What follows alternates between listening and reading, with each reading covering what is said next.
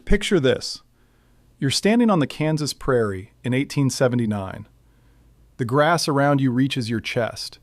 It stretches to the horizon in every direction, an ocean of green and gold that moves in waves when the wind blows through it. Big blue stem, Indian grass, switchgrass.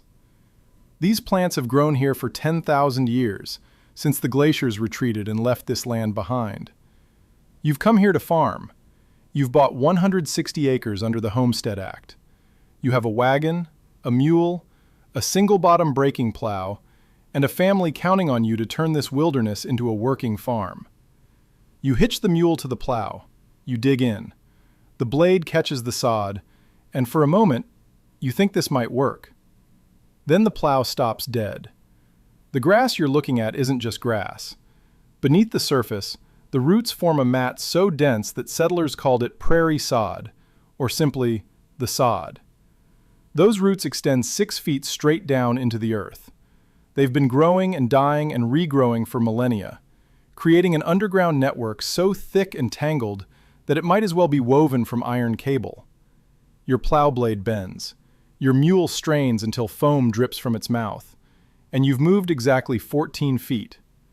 This is the story of the machine that broke the unbreakable, the machine that transformed 170 million acres of grassland into the breadbasket of the world, and the machine that set in motion the worst environmental disaster in American history. The prairie didn't want to be farmed, and for thousands of years, it wasn't. When the first European explorers crossed the Great Plains, they called it the Great American Desert, not because it lacked water, but because it lacked trees. In the minds of farmers who had spent their lives in forested lands, a landscape without trees was a landscape that couldn't support agriculture. They were wrong about that. But they weren't wrong to be intimidated. The native peoples who lived on the plains understood something the newcomers didn't. The grass was the land. It held the soil in place against winds that could blow for days without stopping. It captured rainwater and channeled it deep into the earth. It fed the bison herds that numbered in the tens of millions. The grass wasn't an obstacle to be removed. It was the entire ecosystem, the very foundation of life on the Great Plains. But the settlers saw it differently. They saw potential farmland, locked away beneath a carpet of vegetation that no ordinary plow could penetrate. They saw opportunity, if only they could find a way through. Let me tell you about James Benson of Saline County, Kansas. In the spring of 1872, Benson arrived on his 160-acre claim with his wife Mary, their 3 children, and everything they owned loaded into a single wagon. He had farmed in Ohio before the war. He knew soil. He knew plowing. He had broken ground 100 times back east. He thought he knew what he was doing. His first day on the claim, he broke 3 plow blades. The cast iron simply snapped when it hit the root mass. By the end of the first week, he had cleared exactly half an acre. At that rate, breaking his entire claim would take 6 years of continuous work. And that was just the breaking. That didn't include the planting, the cultivating, the harvesting, or any of the other work required to actually run a farm. Benson wrote a letter to his brother back in Ohio that summer. The letter survives in the Kansas Historical Society archives. "The grass has roots like the fingers of a giant buried alive," he wrote. "I have never seen anything like it. The plow goes in 3 inches and stops as if it hits stone. William, I do not know how we will survive the winter if I cannot break more ground." He wasn't exaggerating. The prairie sod was unlike anything farmers from the eastern states had ever encountered. In forests, you had trees to clear, but once the trees were gone, the soil beneath was relatively loose. You could plow it with standard equipment. The prairie looked easier because there were no trees, but the root system of prairie grass was far more formidable than any tree stump. A single square foot of mature prairie sod contained roughly 25 miles of roots when you added up all the fine rootlets. 25 miles of plant material, woven together over thousands of years, compressed into a single cubic foot of earth. Think about that for a moment. 25 miles of roots in 1 square foot. Multiply that across 160 acres, and you begin to understand what the homesteaders were facing. The standard breaking plow of the era was designed to cut through forest soil after the trees had been removed. It had a mold board that turned the soil over in a furrow about 12 inches wide. A good farmer with a strong horse could plow about 2 acres per day in normal ground. In prairie sod, that same farmer might manage a 1/4 acre. Maybe. If his equipment held together and his horse didn't collapse from exhaustion. And the equipment almost never held together. Farmers tried everything. They tried heavier plows, thinking more weight would help the blade cut deeper. The heavier plows just got stuck worse. They tried multiple horses, thinking more pulling power would solve the problem. The horses couldn't coordinate their efforts, and the harnesses tangled, and the plow still stopped dead when it hit the thickest roots. Some farmers tried burning the prairie first, hoping to weaken the grass before plowing. The fire swept across the surface and consumed the dry stalks, but the roots, those roots 6 feet deep, were completely unaffected. The grass grew back within weeks, thicker than before. The fire had simply cleared away the dead material and made room for new growth. Others tried cutting the sod by hand, using specialized tools called sod knives or sod-busting spades. A man could cut prairie sod into blocks that way, slowly, painfully, 1 block at a time. The blocks were useful for building houses, and many early settlers lived in soddies, dwellings made from the very earth they were trying to farm. But cutting sod by hand was even slower than plowing it. You might cut a 1/4 acre in a month of hard labor.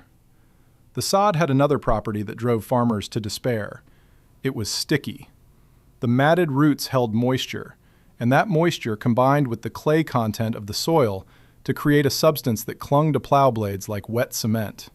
Farmers had to stop every few feet to scrape the accumulated material off their plows. The process was called scouring, and on the prairie, the sod refused to scour cleanly from iron blades. John Deere had partially solved this problem in 1837 with his steel plow. The highly polished steel surface allowed sticky soils to slide off more easily. But even Deere's plows struggled with mature prairie sod. They could cut through it, barely, but the effort required was enormous. A farmer with a Deere steel plow might manage 1/3 of an acre per day instead of a 1/4 acre. Better, but not nearly enough. Consider the mathematics that faced settlers like James Benson. A quarter-section claim under the Homestead Act was 160 acres. To prove up the claim, you had to cultivate a portion of that land and live on it for 5 years. Let's say you wanted to break 40 acres for cropland, a modest ambition that would leave most of your claim in native grass. At a 1/4 acre per day in sod, working 6 days a week, breaking 40 acres would take approximately 160 working days. But you couldn't plow in the winter when the ground was frozen. You couldn't plow in the wettest part of spring when the soil turned to mud. You couldn't plow during the hottest weeks of summer when your horses would die of heat stroke. Realistically, you had perhaps 4 months of plowing weather per year. That meant breaking 40 acres would take a 1.5 years of dedicated plowing, assuming nothing went wrong. Assuming no equipment failures, assuming no sick animals, assuming no injuries, assuming no droughts or floods that made the ground impossible to work. And during that 1.5 years, you still had to feed your family somehow. You still had to haul water from the nearest creek. You still had to hunt or buy food because your farm wasn't producing yet. You still had to survive winters in a soddy with a dirt floor and a roof that leaked when it rained. Many homesteaders gave up. The failure rate on Great Plains homestead claims in the 1870s exceeded 50%. Half the people who came to claim free land abandoned that land before they could prove up their claims. They walked away from their dreams, from the months of work they had already invested, from the future they had imagined for their children. The prairie had defeated them. Those who stayed found partial solutions. They learned to hire professional sod busters, itinerant workers who traveled from claim to claim with heavy equipment and strong teams.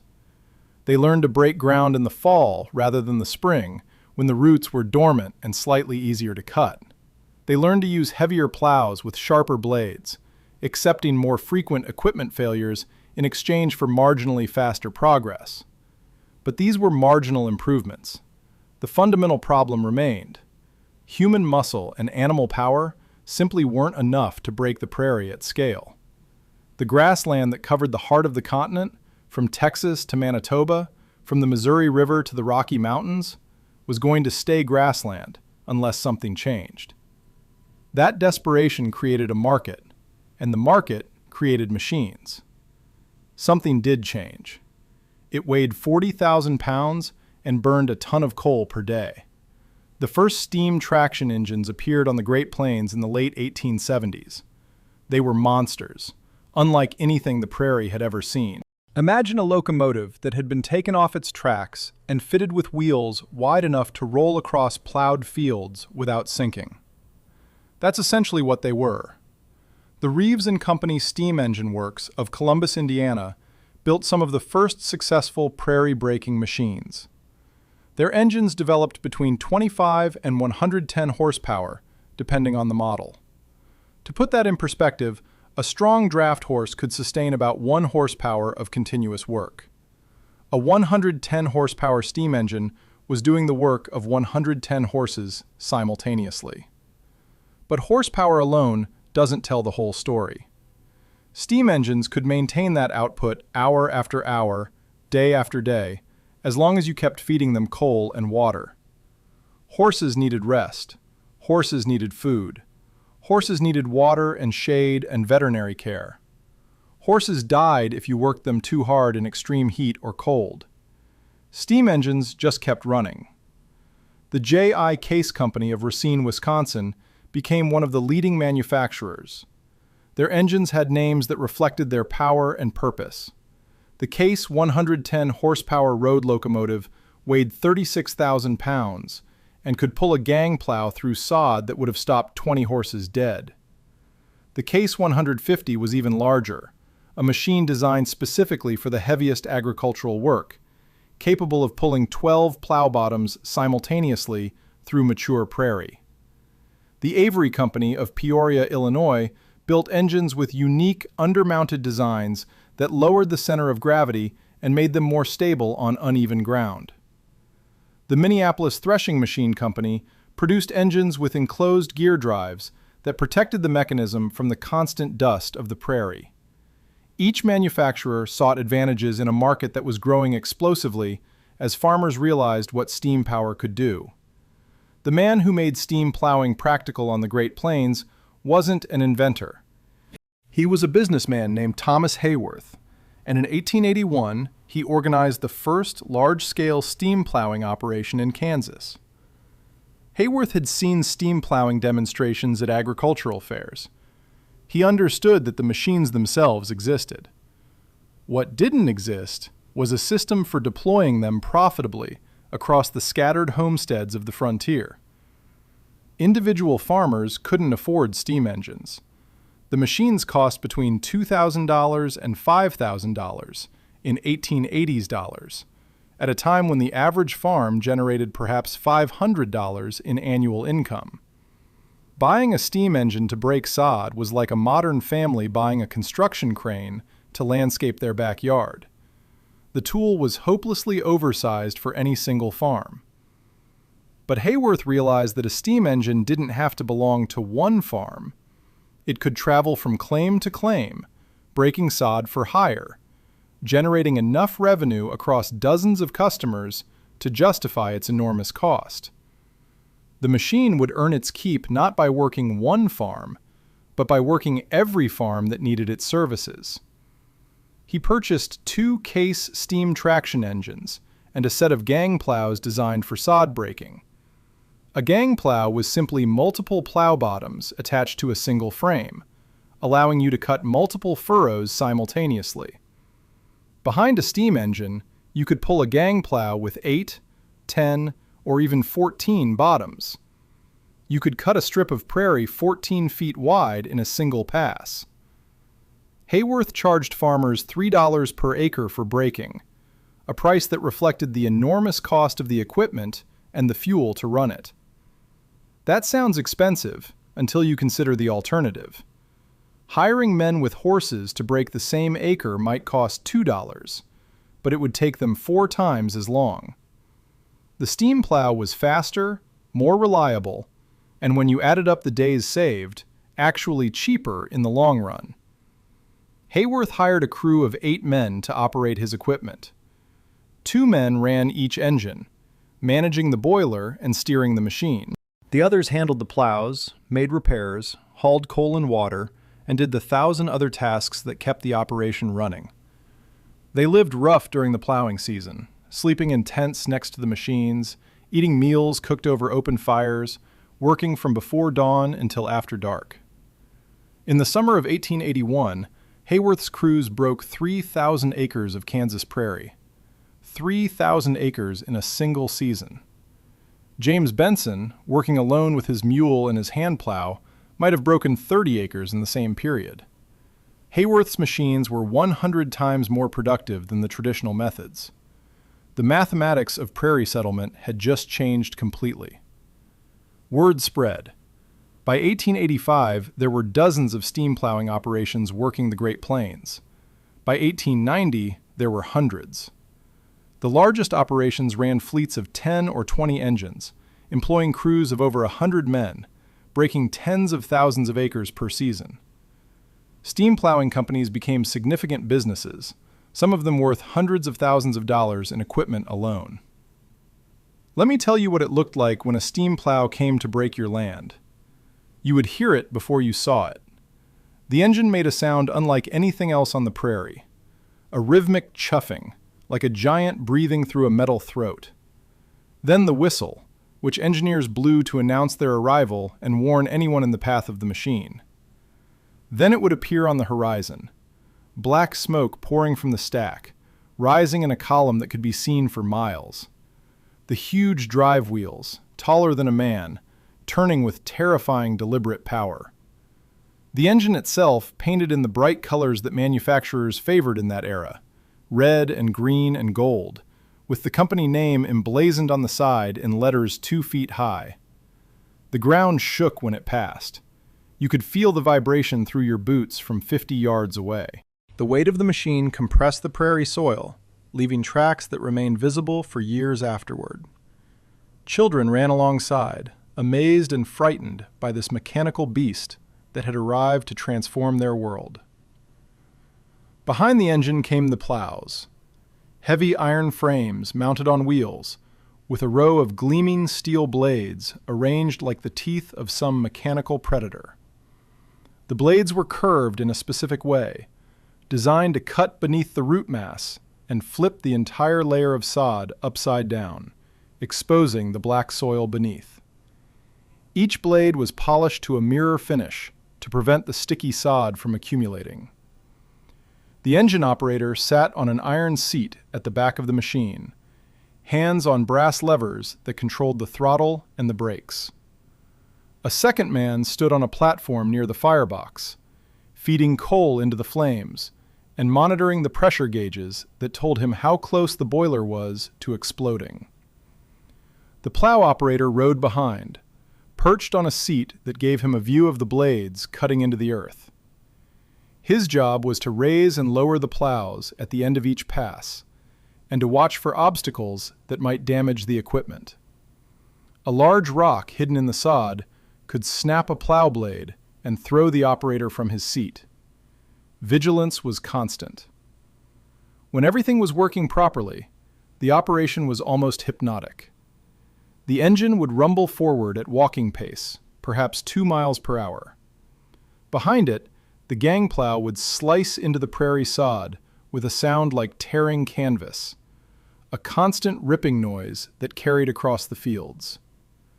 The sod would curl up and flip over in long, continuous ribbons, exposing soil that hadn't seen sunlight in 10,000 years. The smell was distinctive too. Hot metal and coal smoke from the engine. The fresh, mineral scent of newly turned earth. the vegetable rot of grass roots suddenly exposed to air. And underneath it all, the dry, dusty smell of the prairie itself, the accumulated organic matter of millennia being brought to the surface.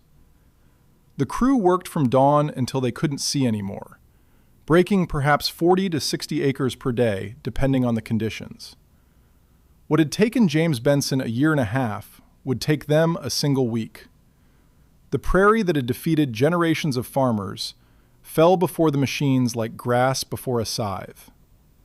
And the crews who did this work led lives that have been almost completely forgotten. His name was August Lindquist, and he came to Kansas from Sweden in 1883 at the age of 19.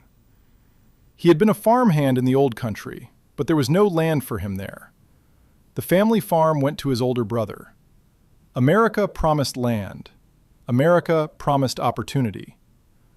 What America delivered was a job shoveling coal into the firebox of a case steam traction engine during the hottest months of the Kansas summer.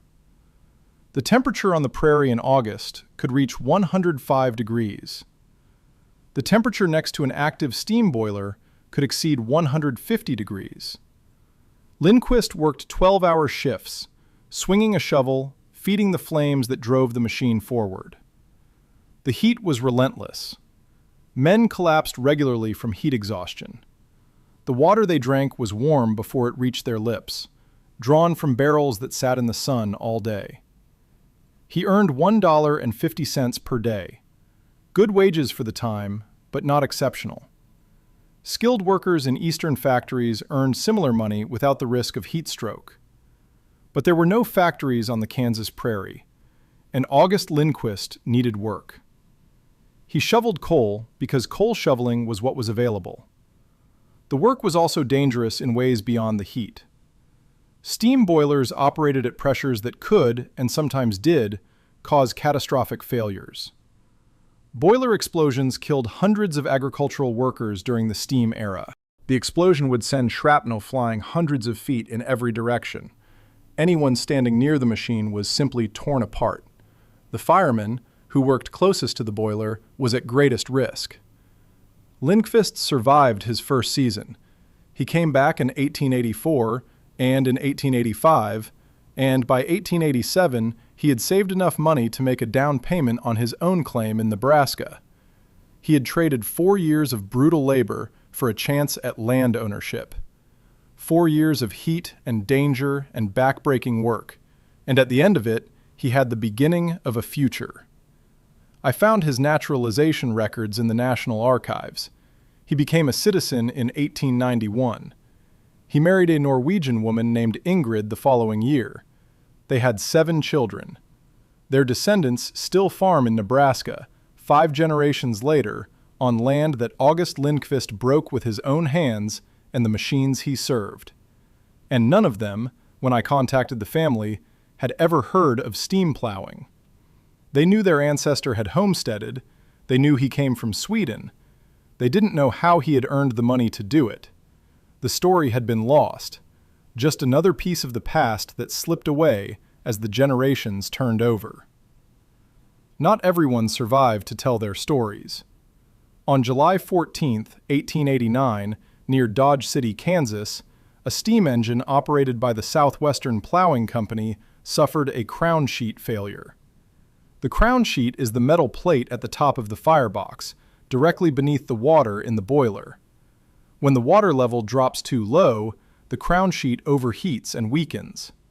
When it fails, the entire contents of the boiler, hundreds of gallons of superheated water and steam at over 200 pounds per square inch of pressure, release instantaneously through the firebox. The fireman, a man named Charles Whitfield, was standing directly in front of the firebox door when the failure occurred. He was 26 years old. He had come to Kansas from Missouri 2 years earlier, seeking work. He had been married for 8 months to a woman named Sarah. She was expecting their first child. The local newspaper reported that his body was recovered 70 feet from the wreckage of the engine. The force of the explosion had thrown him across the field like a rag doll. The engineer, Marcus Thompson, survived but was badly scalded. His arms and face were burned so severely that he spent months recovering. He never worked with steam equipment again. The inquest determined that the water level had dropped due to a faulty gauge. The gauge had shown adequate water when there was actually none. Whose fault was that? The manufacturer who made the gauge? The engineer who relied on it? The company that hadn't maintained it properly? The inquest didn't answer those questions. Nobody was held responsible. The steam plowing company paid Whitfield's widow $200 and considered the matter closed. There were no workplace safety regulations. There were no wrongful death lawsuits. There was no government agency to investigate or issue findings. A man had died doing dangerous work, and that was simply how things were on the frontier. I searched for Charles Whitfield's grave. I found it in Maple Grove Cemetery in Dodge City. The headstone had fallen over at some point and been propped back up by the cemetery caretakers. It reads, Charles Whitfield, 1863 to 1889, beloved husband. No mention of how he died. No acknowledgement of the work that killed him. No note that his child, a daughter named Emma, was born 3 months after his death and never knew her father. There were hundreds of men like him, maybe thousands. The steam plowing companies didn't keep comprehensive records of workplace fatalities, and the local newspapers only reported the most spectacular accidents. A man crushed between an engine and a plow frame might not make the paper at all. A man dead of heat stroke after a 12-hour shift in 100-degree heat certainly wouldn't. They were just workers. They were replaceable. The machines kept running.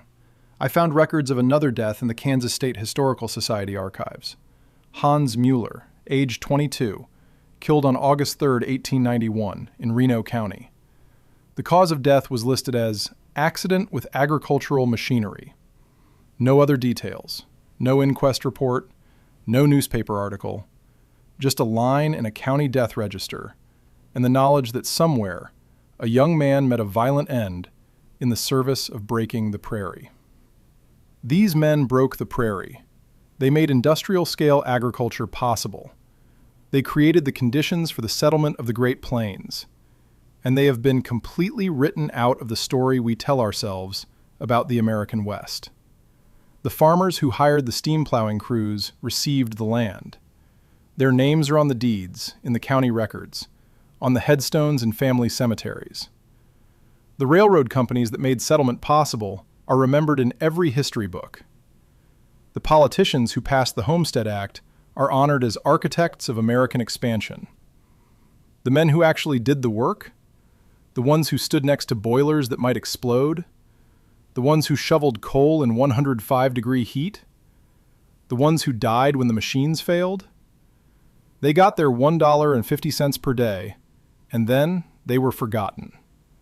The crews who cleared 40 acres in 2 weeks had transformed worthless scrubland into farmland worth hundreds of dollars.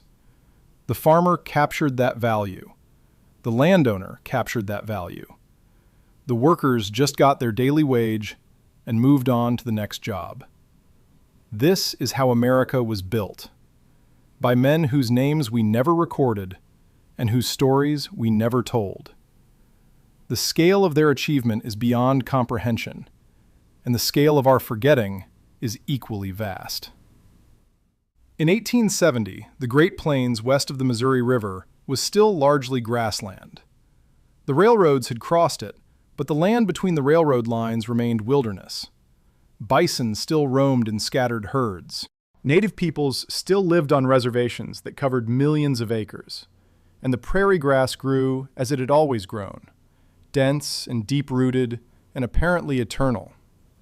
By 1890, nearly 50 million acres had been broken and planted. By 1910, that number exceeded 100 million. By 1930, approximately 170 million acres of native grassland had been converted to cropland. 170 million acres. That's an area larger than Texas. That's an area equivalent to the combined size of California, Oregon, and Washington. That's roughly the size of France and Germany combined. The Great Plains became the most productive agricultural region on Earth, growing wheat and corn that fed not just America, but much of the world. The steam plowing era lasted roughly from 1880 to 1920, 4 decades in which the fundamental character of the American landscape was transformed. After 1920, gasoline and diesel tractors began replacing steam equipment. They were lighter, more reliable, and didn't require crews to haul coal and water across the prairie. But by then, the work was largely done. The sod had been broken. The grassland was gone. The transformation was complete. Kansas alone went from producing almost no wheat in 1870 to producing over 100 million bushels annually by 1920. Nebraska, the Dakotas, Montana, Oklahoma, and Texas showed similar patterns. The world had never seen agricultural expansion on this scale, and it was made possible by the machines that broke the sod. For 50 years, it seemed like an unqualified triumph. The crops grew. The yields were enormous. The Great Plains became the breadbasket of the world, producing food surpluses that shaped global politics and trade. American wheat fed Europe during and after the First World War. American corn fed livestock that fed millions. The steam plow operators and the homesteaders and the railroad companies and the agricultural equipment manufacturers all congratulated themselves on having conquered the wilderness. They had turned useless grassland into productive farmland. They had fed the hungry. They had built a nation. Then came the 1930s. The drought began in 1930 and continued, with brief interruptions, until 1940. Droughts had struck the Great Plains before. They were a regular feature of the climate, occurring every few decades as weather patterns shifted. But before the plowing, the prairie grass had survived droughts. Its deep roots reached water that surface vegetation couldn't access. Its dense growth protected the soil from the wind. The grass bent and went dormant and waited for the rains to return. Now there was no grass. There were only crops, wheat and corn, planted in soil that had been broken open and exposed to the elements. When the crops withered in the drought, there was nothing left, just bare earth, pulverized by years of cultivation into fine particles, lying naked under the Kansas sun. And then the wind came. On April 14th, 1935, a day that became known as Black Sunday, a dust storm swept across the Great Plains that was visible from 300 miles away. The wall of dust reached heights of 10,000 feet. It blacked out the sun at midday, turning afternoon into midnight. People caught outside couldn't see their hands in front of their faces. They couldn't breathe without choking on the dirt that filled the air. Cattle suffocated in the fields, their lungs clogged with dust. Children died of what doctors called dust pneumonia, their respiratory systems overwhelmed by particles too fine to filter out. Families sealed their windows with wet rags and still found dust coating every surface inside their homes. The soil of 100 million broken acres was blowing away, carrying the wealth of generations into the sky. The Dust Bowl was the worst environmental disaster in American history. It displaced 2.5 million people, refugees from the land their grandparents had settled. It rendered millions of acres temporarily unfarmable, the topsoil simply gone. It created conditions of human suffering that rivaled the Great Depression itself, which was happening simultaneously and compounding the misery. And it was a direct consequence of breaking the prairie sod. This isn't speculation. This isn't hindsight bias. The relationship between sod busting and soil erosion was understood even as it was happening. Government scientists warned about the dangers of plowing up the native grassland. Agricultural reformers called for conservation practices that would protect the soil. They were ignored in the rush to plant more wheat, to claim more land, to turn more of the wilderness into profit. The grass had held the soil together for 10,000 years. When the steam plows tore up that grass, they removed the only thing preventing the soil from blowing away. They created the conditions for disaster, and then moved on to the next field. The men who operated those machines had no way of knowing what they were unleashing. They were doing a job, earning a wage, building futures for themselves and their families. They couldn't see 50 years ahead, to the black clouds boiling across the Kansas horizon. They couldn't know that the furrows they cut would become the pathways for ecological catastrophe. But we can see it. We can look back and understand the connection. And that understanding carries a weight. I think about Charles Whitfield sometimes, the young fireman killed by a boiler explosion near Dodge City. He died breaking sod in 1889, 46 years before Black Sunday. He had no idea that his work, multiplied across thousands of operations and millions of acres, would contribute to an environmental catastrophe. Would it have mattered if he had known? Would he have chosen differently? He needed the money. His wife was pregnant. The job paid $1.50 a day, and there weren't many jobs on the frontier that paid anything at all. The men who broke the prairie were trapped in the same machine they operated. They did what the economy demanded. They followed the logic of expansion and profit and progress that governed their era. They transformed the landscape because the landscape could be transformed, and because transforming it made someone money. The farmers who hired them were trapped too. They needed to break sod to survive on their claims. They couldn't grow crops in native prairie grass. Their choices were break the ground or abandon the land. Most of them chose to break the ground, because breaking the ground was what everyone else was doing, because breaking the ground was what the railroad pamphlets promised would lead to prosperity. Progress, development, improvement. These were the words that justified the breaking of the prairie. We're making the land productive. We're feeding people. We're building a nation. And they were. The wheat that grew on those broken acres fed millions. The farms that replaced the grassland created communities, built towns, supported families for generations. My own ancestors homesteaded in Nebraska. They ate bread made from wheat grown on land that steam plows had broken. I am here, in part, because of those machines. So, am I grateful? Am I angry? Am I both at once? There's a museum in northwestern Kansas, in a county that was once covered in mixed grass prairie and is now covered in wheat fields. The museum is small, a converted grain elevator with exhibits about local history. In the back, behind the pioneer homestead displays and the antique farm equipment, there's a single-cylinder Case steam engine from 1887. It's not a complete machine.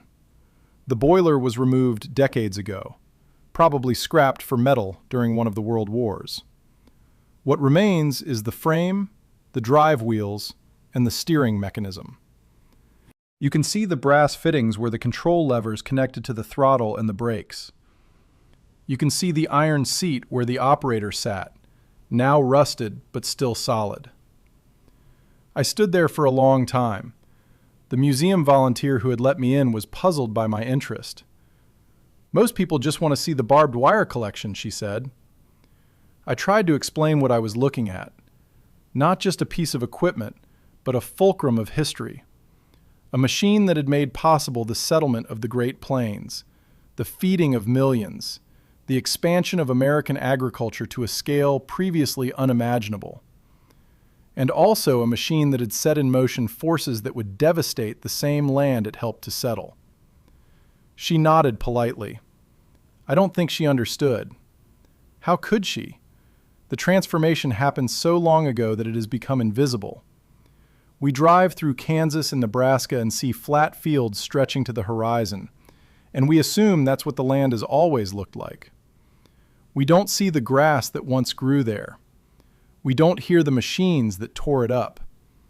We don't feel the heat of the fireboxes, or smell the coal smoke, or listen to the voices of men like August Lindquist and Charles Whitfield. The prairie is gone. It exists now only in isolated preserves, tiny remnants that show us what 100 million acres once looked like. At the Tallgrass Prairie National Preserve in Kansas, you can walk through grass that reaches over your head. You can see the big blue stem that gave the prairie its character, standing 7 feet tall in late summer. You can dig down and see the roots, still forming that dense mat that defeated generations of farmers. But the preserve is only 11,000 acres, a postage stamp compared to what was lost. I visited the Dust Bowl Memorial in Liberal, Kansas a few years ago. It's a small plaza with a sculpture and some interpretive panels. The panels talk about the drought and the dust storms and the human suffering. They mention conservation practices adopted after the disaster, the soil conservation districts and the shelter belts, and the changed farming methods that helped prevent another catastrophe of the same scale. They don't mention the steam plows. The machines that made the Dust Bowl possible have been largely forgotten. They served their purpose and were replaced by newer technology. The men who operated them have been forgotten too, lost in the general story of westward expansion that we tell ourselves about our national origins. We remember the homesteaders, the families in their sod houses, the struggle to build farms on the frontier. We remember the railroad barons and the cattle kings and the land speculators. We remember the political figures who shaped Western policy. We don't remember the men who did the actual work of transformation, who sweated next to steam boilers and died when those boilers failed. Every time you eat bread made from wheat grown in Kansas or Nebraska or the Dakotas, you're eating the fruit of their labor. Every time you see a field of grain stretching to the horizon, you're looking at land they broke.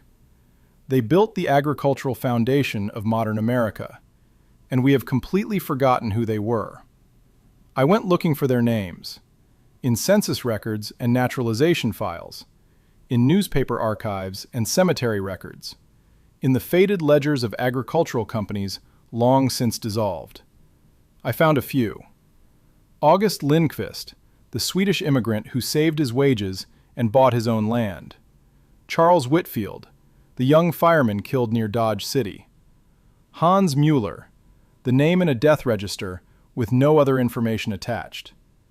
There must have been thousands more, tens of thousands probably, over the 4 decades of steam plowing. Men who fed the fires and guided the machines and transformed the continent acre by acre, pass by pass, furrow by furrow. Their names are lost. Their stories are lost. Only the land they changed remains, and even that doesn't remember them. The prairie grass had roots 6 feet deep. It had held the soil of the Great Plains together for 10,000 years. It fell to machines operated by men whose names we will never know. The land they broke fed the world. The land they broke became the Dust Bowl. Progress and catastrophe, bound together in the same furrow. The same blade that cut through the ancient sod prepared the soil for crops and prepared it for destruction. If you drive across Kansas today, in the late summer, you'll see wheat fields that stretch from horizon to horizon.